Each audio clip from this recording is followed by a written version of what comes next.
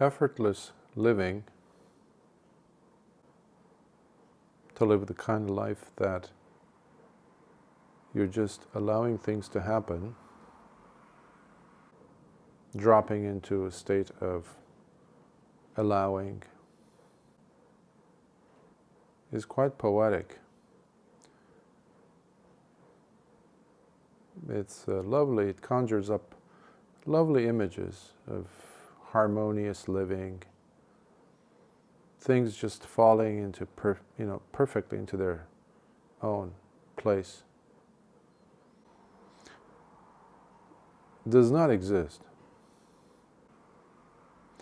on its own.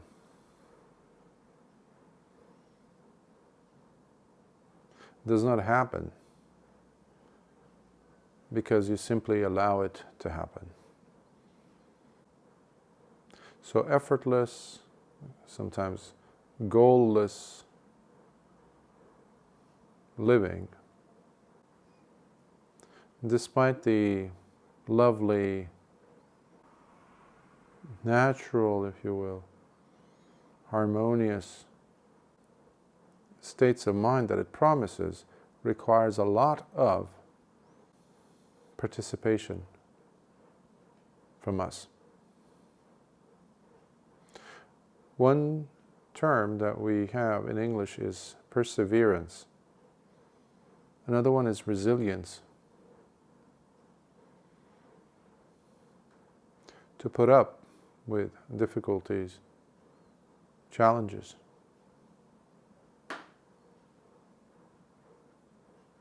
So in the field of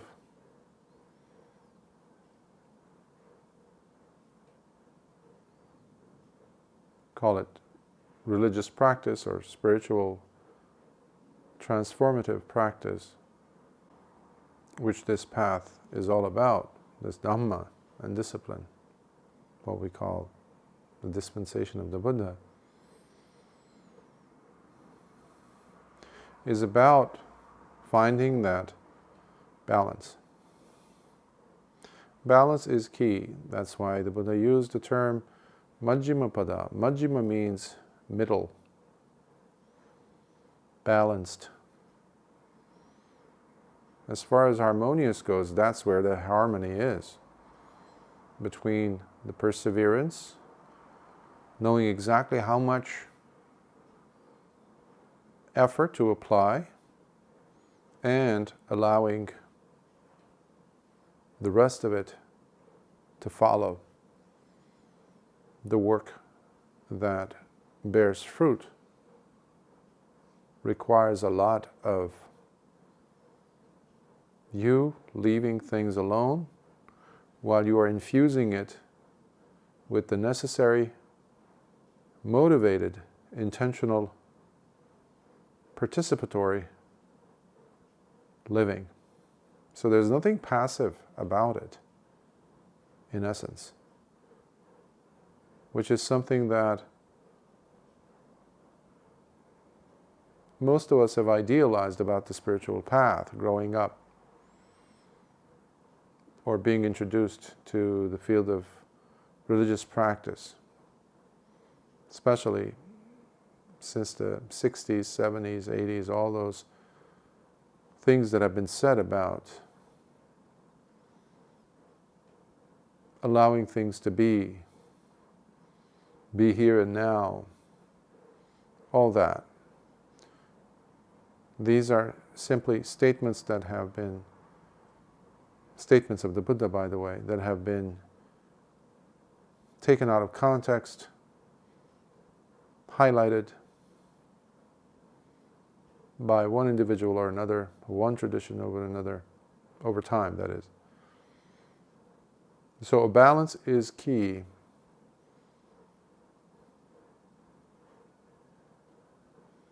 Between striving and allowing. This takes work.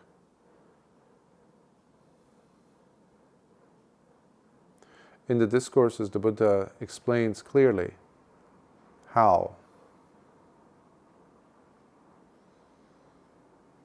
Hiri and Uttappa will not occur in a person who does not have mindfulness. Hiri and Uttappa, again, are the wise inner sense of moral shame,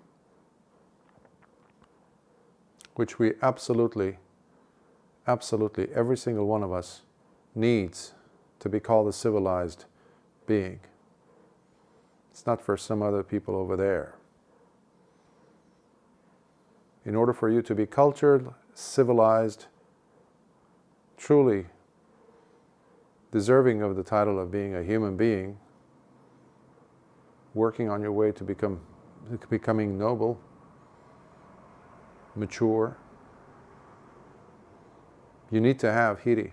You can't have life without hiri, that sense of wise inner moral shame. And the other is Uttappa. Uttappa is that wise inner sense of moral fear. These work hand in hand. You can't take one without the other. So these two are absolutely essential. Absolutely.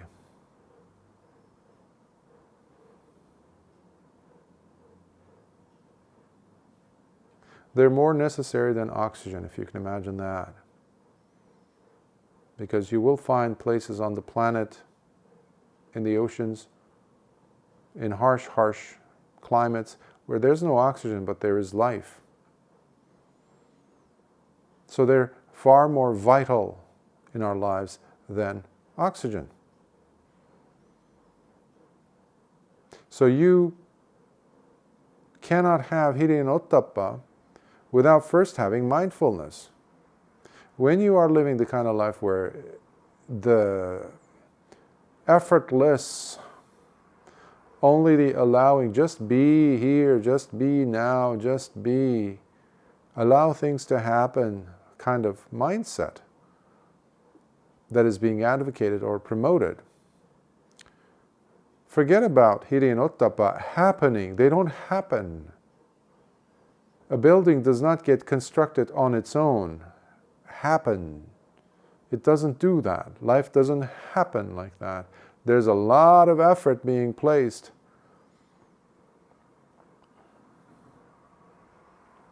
Even in a seedling. Ask any biologist, they will tell you there cannot be the growth of life without stress, without tension being applied from all sides onto the seed. It's a mystery because why? They don't know. Why? How is it that this tiny little seedling is fighting against so many energies, so many different phenomena? Gravity, pressure, darkness. We talk about the plant needing light in order for it to convert light energy through photosynthesis, into sugars, into life, into carbohydrates. But what about the darkness, the pressure? So when we are in a difficult position, overwhelmed by different energies, so-called, difficulties, challenging situations, we're no different than that seed in the darkness. That will happen. So in those moments, you're absolutely going to be confronted with a situation where you have to, at the very least, persevere, which takes a lot of motivational, intentional, participatory, involved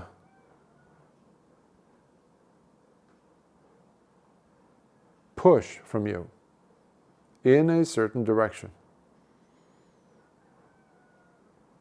That's where the middle path comes in also, to be aware of how much energy to apply. Otherwise, if you increase it too much, your heart will get agitated. You'll become too top-heavy, as the saying goes, in being effortful. Remember, effortless, effortful. These are extremes. They are necessary at certain parts of in certain stages of your practice, in certain stages of your life, even if you're in education, studying for something, taking a test. If you've taken a very demanding exam, for example, that requires several hours of you to sit there in one spot, being squeezed,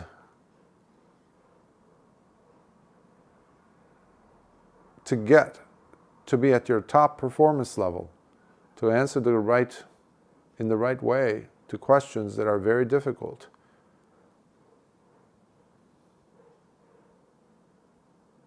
You cannot be just intense there, only pushing, being effortful. At times you need to pull back, and that's where the anxiety will dissipate, which you need in order to clear your head, to see what things are really talking about, what's being asked of you. Then there's the calming. So I mentioned Hiri and Ottappa. Without these two, wise inner moral shame and fear, this is healthy. This is not from an external source. Fear or shame, these are both inner. Starting from the inside. So it has this personal atmosphere about it. One is your look at yourself, your actions, and their consequences. That saying, which the Buddha said, and then a few hundred years later, 500 plus years later, Jesus also said it, repeated it.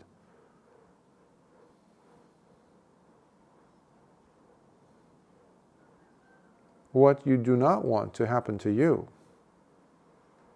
similarly, do not bring it upon others, yourself.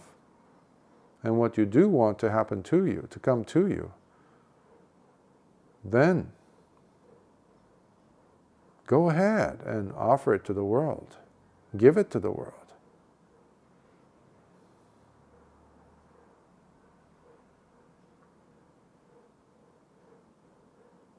Similarly, when you're seeing how this thing that you want to do,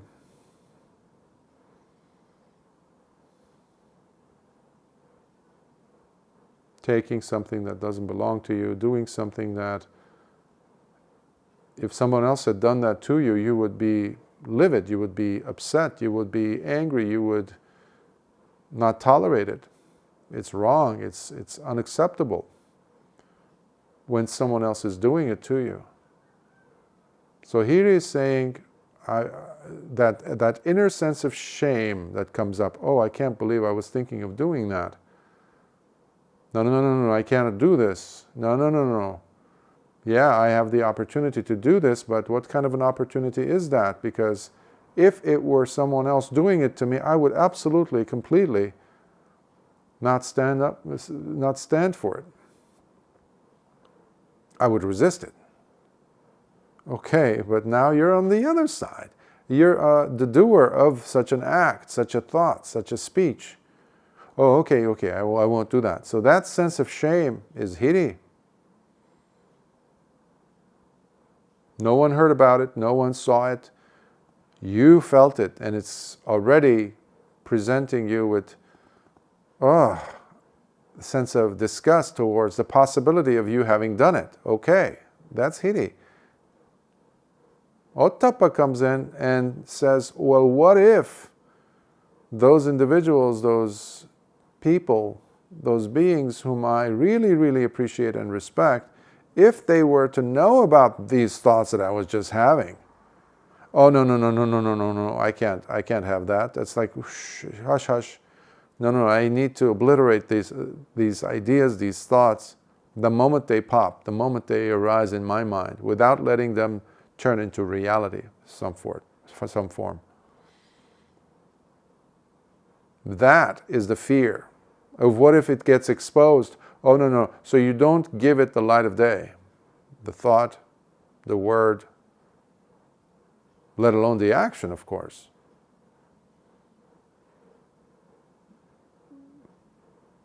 So as the English saying goes, we nip it in the bud very quickly. We do not allow it to grow at all.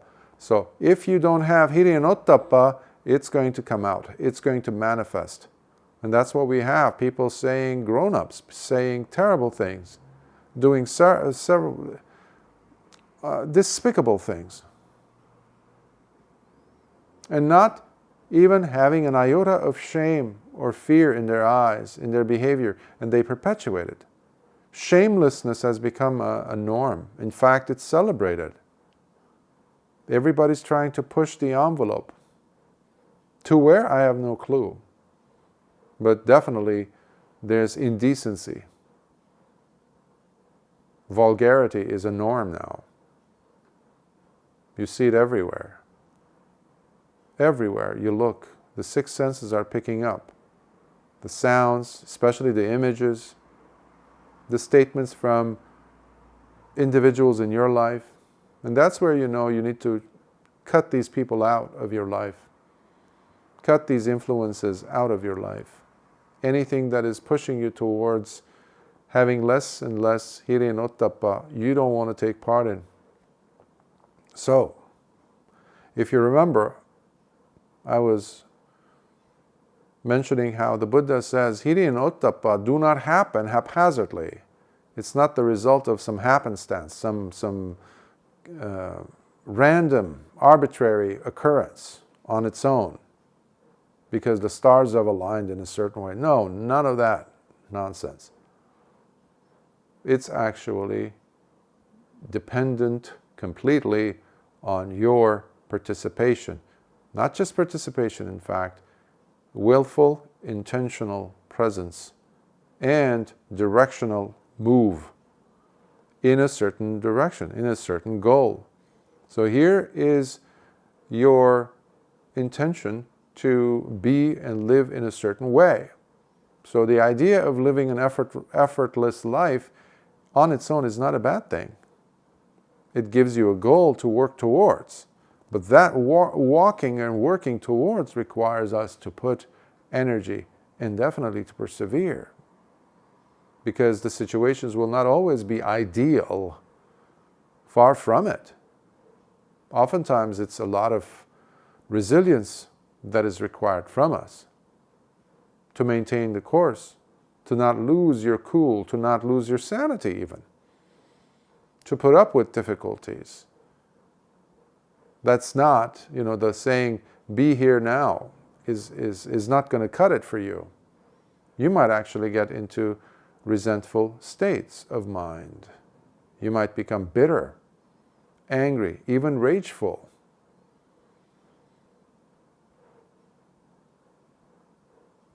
And that, we have so many statements from the Buddha warning us against.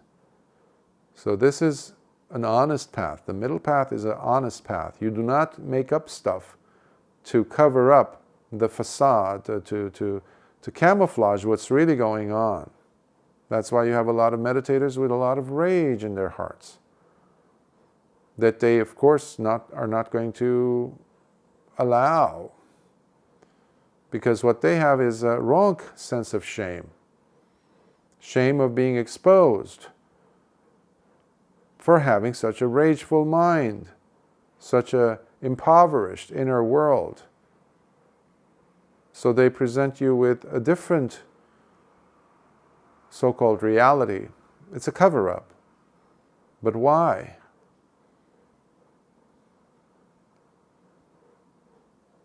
Because the person is unhappy inside. And they want to be happy. Everybody wants to be happy. But that whole premise of kumbaya, that whole sense of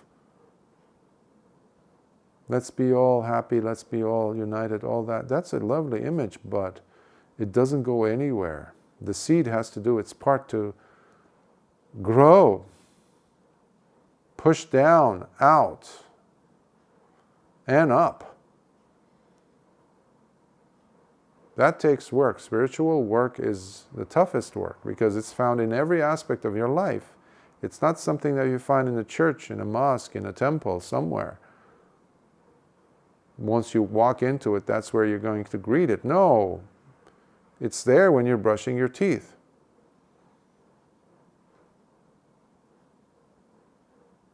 When you're about to have breakfast, when you're about to take a step in a direction where you know it's going to hurt a little bit, but it has to.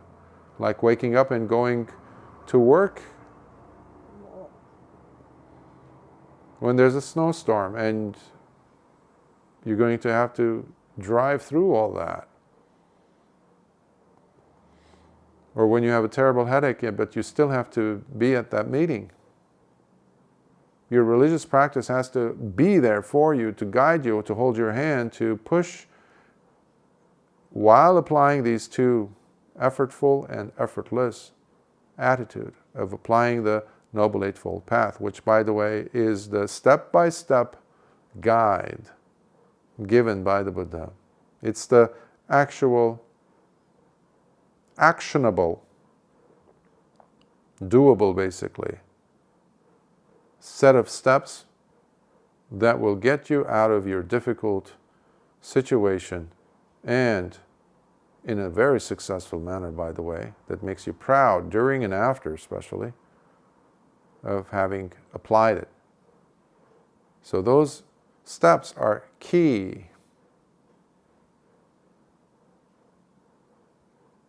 But you won't be able to do any of this without the presence of sati, the proper mindfulness, being applied all the time. That's why Hiri and Ottappa do not happen without sati. That's what the Buddha was saying.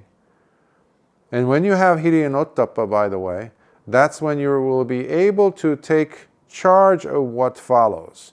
When life is presenting you with challenges, this is where you're applying restraint over your sense faculties. When something, like I was saying earlier, and a terrible image shows up, or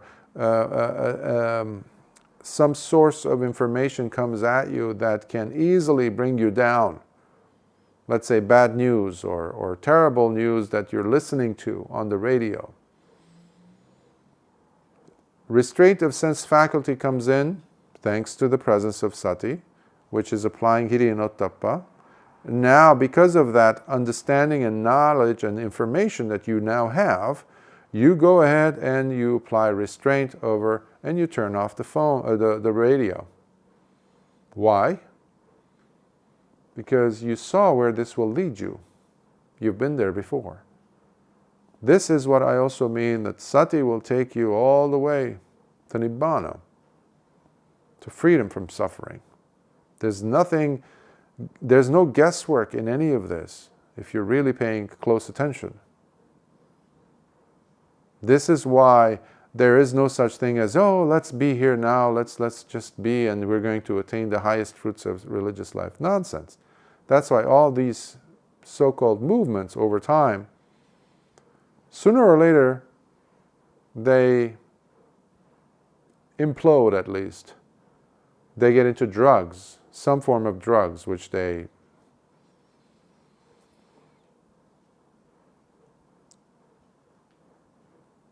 feel very comfortable in paying accolades to. Meanwhile, they're completely off the reservation. They're completely rogue, having nothing to do with the religious practice. But sooner or later, that's where it leads, because just like the internal rage that was not addressed was covered up, basically. Similarly, that's what will happen if you do not have restraint of your eyes, of your ears, of your nose, tongue, body, and mind. You have control over those sense doors. But what is a door if it doesn't have a lock on it? Really? It's like your front gate or your house door or your car door that can easily get broken into. Imagine you're driving and somebody comes in and it's a carjacking situation. Somebody pulls a gun or just tells you, get out of the car, and you get out. Why? Because they're able to open the door. Well, what's the point of having a door when it can be opened easily by those that are unwanted? Well, that's what the six senses are.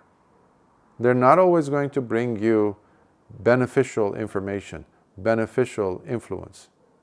Good vibes are not going to be flowing in from the six senses. You will see most of the things that we see nowadays are not in any way, shape, or form helpful, to say the least. They're painful because they cause a lot of damage. What Lord Buddha called it, akusala, unwholesome, unbeneficial, harmful, damaging, terrible, evil. That is akusala. But you open the door at any point, any time that you see that it is a kusala, that is a really beneficial, wonderful, constructive, useful element greeting you, whether it's a sight, whether it's a sound, a helpful piece of information, like this, for example, where you can see the whole picture and you can breathe a sigh of relief, where you don't feel so alone, such like a mouse in a laboratory maze. You don't feel that helpless. And why do we practice this? Just these few steps, the preliminary steps that I'm mentioning of having sati, hiri-ottappa, and now to apply restraint. Why do we do that? To have peace, to have safety. Because every day we see a world that is going in the direction where there's less safety, less security, and more unreliability, distrust, betrayal, every day. So the central nervous system is extremely agitated. We need to calm it down. You cannot keep on looking for the world outside of you for your safety anymore. That has gone out, now it's exposed. You can't find it in your fairy tales, you can't find it in your movies, you can't find it in your romance novels, you cannot find it in any of the Hollywood movies or things like that that you used to be inspired by. You cannot find it in your leaders, you cannot find, be it religious leaders, political leaders, of course, you can't, absolutely not. Because everybody's working with a different set of hiri-ottappa, usually the absence of hiri-ottappa. But this is your life. Don't ask the politician, don't ask the religious leader over there, that person over there, your boss or somebody else, or even your spouse, to give you security. It's beyond their pay grade, it's beyond their, abilities. You can only give yourself that sense of security that you desperately need, by the way. We all do need it. We have so many examples of this already in our daily lives, such as when you do not breathe yourself, you will die. When you do not eat yourself and you're hungry, you will die. If there's a well with fresh water and you're starving, or you're thirsty and you just walk through the desert, scorched, you have to walk towards the well. You have to reach for that ladle or that bucket and you have to drink it up yourself. We know this. There's no mystery about that. So we have to take it all the way now to really be mature, to see that it is our responsibility. Not to just be moved by this or that thing, that news, this and that. It doesn't put food in our plate, all that jazz, all that stuff. It's just sensationalistic. It's just, who knows what agendas other people have. And anyhow, it's none of our business. They're doing their own thing. The Buddha called that their own kamma. Intentional action. Each of us has to deal with the intentional actions that we commit and have committed. That's new kamma versus old kamma. What you are, if you look in your mirror, you look at yourself, your abilities, this and that, your resources, that's your old kamma. The fruits of yesterday's labor, good or bad. The new kamma is what you're making all the time, with whatever you have. Your speech, your education, your knowledge, your abilities and your resources. Your time is a resource, of course, right? If your mind is a mess, a grand state of mess, chaos, that is going to create more in the world around you, in the people you interact with. You're going to create terrible states for other people to have to deal with. Well, you're just creating new kamma there for you and for others, in a sense, because now they have to respond to that. And your actions might actually lead other people to make their own actions, which is similarly bad. So that's the terrible chain reaction that happens with so-called freedoms that we have or give ourselves in the absence of hiri and ottappa. And by the way, when the Buddha was asked almost 2,600 years ago as to what will be the ending of the world, the ending of the sasana, the teachings that he had given, provided, instructed people, but just the world, existence. He says clearly in more than one place, when beings do not practice hiri and ottappa, he says, forget it, it's gone. And that's what all this effort is all about. Trying to bring back the importance of hiri and ottappa. These are not terms to be left in some book, some scholarly work, some thesis somebody has written, some dissertation somewhere, locked up somewhere in a library that nobody reads or hears about, or only select few hear about it or know about it. No, these are facts that have to be lived, realities that we have to live and manifest, so that now you create the other kind of positive kind of chain reaction where your actions, your behavior influences other people's behaviors, just like the negative scenario I gave, where the bad action was causing someone else to engage in their own bad actions. Now we have a terrible chain of events, which is the world, what we see in the world. And there cannot be any safety. Safety cannot come with in the presence of guns and weapons, or the production of more, or the production of more wars in order for you to go and grab whatever other people have. Because that clearly screams at us that there is zero hiri, zero ottappa in our hearts.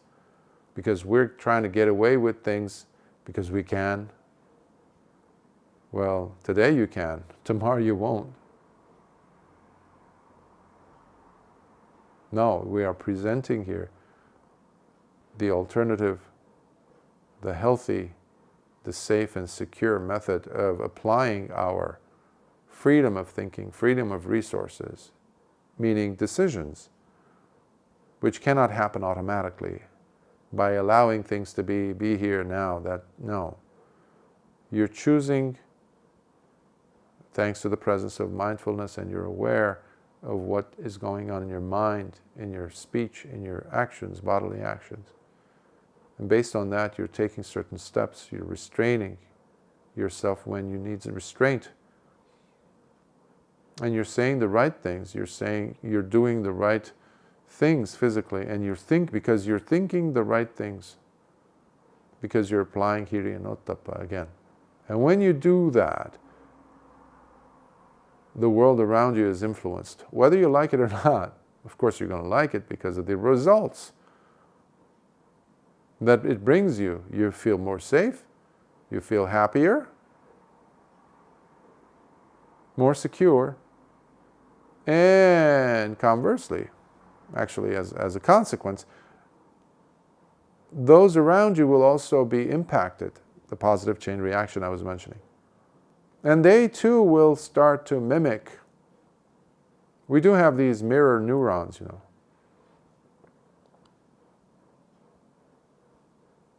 Your behavior will influence other people's behavior.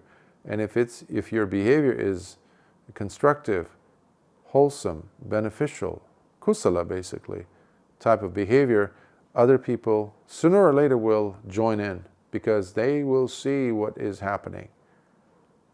And this is how we can continue to evolve and become civilized, become cultured, and we can take this world in the right direction, because it's not going in the right direction. It's going in the wrong direction. In ideals and big words and phantasmic or bombastic titles and goals that people in suits and things in forums talk about does not lead the world in the right direction.